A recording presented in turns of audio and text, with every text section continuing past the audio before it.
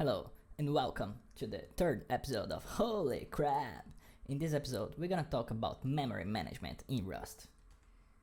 Okay, so there are three memory management styles that are worth mentioning here. The first one is when you manually allocate and free memory, and this is popular in C and C++. It gives you the power to manage it, but it's not so uncommon to have problems like segmentation fault when you try to access address that is not available anymore, or when you try to double free, they allocate twice the same memory point. And the other memory management style, it's called garbage collector. It's very popular. A lot of languages are using it, and basically the garbage collector of the language takes care to allocate and deallocate memory.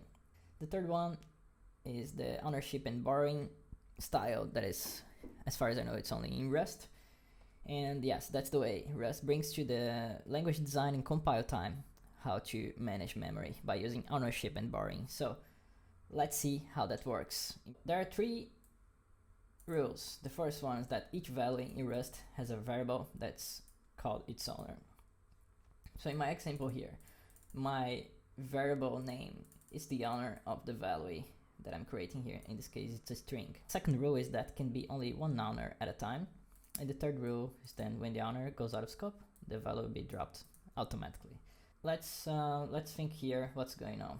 I create this variable name, and this is the owner of my string, and I have only one owner, and by the end of the function, my owner goes out of scope, and then this value is automatically dropped from the memory. So Rust is automatically allocating and deallocating memory in this case. If we would want, we could explicitly drop, and this basically is removing from the memory, but Rust is doing this for us, so we don't need to do, okay? There can be only one owner at a time. What happens then if we have another variable that would be like this? At line 7, the new owner variable becomes actually the new owner, because the ownership is being moved from the variable name to the variable new owner. And this keyword move is very important because it's being moved here. So that means name is not the owner anymore, because we can have only one owner at a time.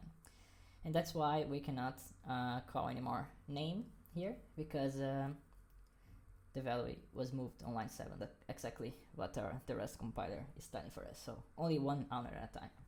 Let's create another function. Let's call it greetings. And greetings is going to receive s. That's gonna be a string, and inside here we're gonna print hello and then the string s, and that's it. Okay, if we want to call this function greetings, passing our name as parameter there, since we are calling this function, it's also moving the ownership from the string holy crab from name to s. So s now is the new owner when it comes here of this value, and as soon as s goes out of scope, it gets out of memory. So that's why, again, we cannot use the variable name after it has been moved here. So that's a little bit problematic, right? Let's say we just want to pass as read only, and we still want to use the other variable here. How we can do that? So in Rust there is this concept of borrowing, and in order to do that we use the ampersand symbol, and we also need to put it here. So in this case we can still use the variable name, because greetings is receiving a reference, a borrow of the string name. It's not becoming, so s is not the new owner, it's just a reference, and you can still use it here. So that's it for this episode, and subscribe for weekly Rust content. Holy crap!